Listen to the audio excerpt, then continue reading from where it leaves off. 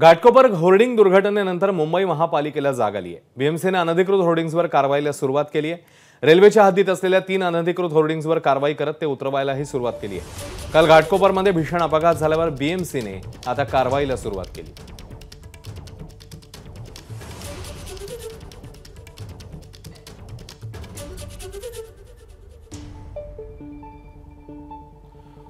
तर काँग्रेसच्या नेत्या वर्षा गायकवाड यांनी घाटकोपर होर्डिंग दुर्घटनास्थळी जाऊन पाहणी केली। नेमकं ते काय म्हणाले पाहूया। खरं तर कालची घटना जी झाली ती खूप दुर्दैवी घटना आहे।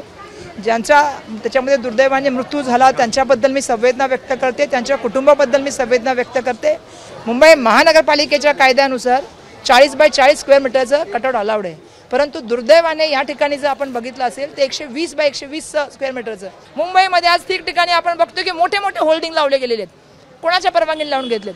आता जसे हे लीगलचे इलीगल आहेत का? काही ठिकाणी मोठे मोठे एलईडी लागले गेलेले आहेत। म्हणजे तुम्ही मुंबईकरांच्या जीविताशी खेळता, मुंबईकरांचा पैसा तुम्ही असा टाकता। त्यामुळे मला या ठिकाणी एक सांगायचं की याची जबाबदारी मुंबई महानगरपालिकेला जेवढी घ्यावी लागेल तेवढी राज्य सरकारला घ्यावी लागेल, कारण 2 वर्षापासून कोणी लोकप्रतिनिधी नाहीत, कोणी त्याकडे बघणारा नाहीये आणि मनमानी कारभार त्या ठिकाणी सुरू आहे।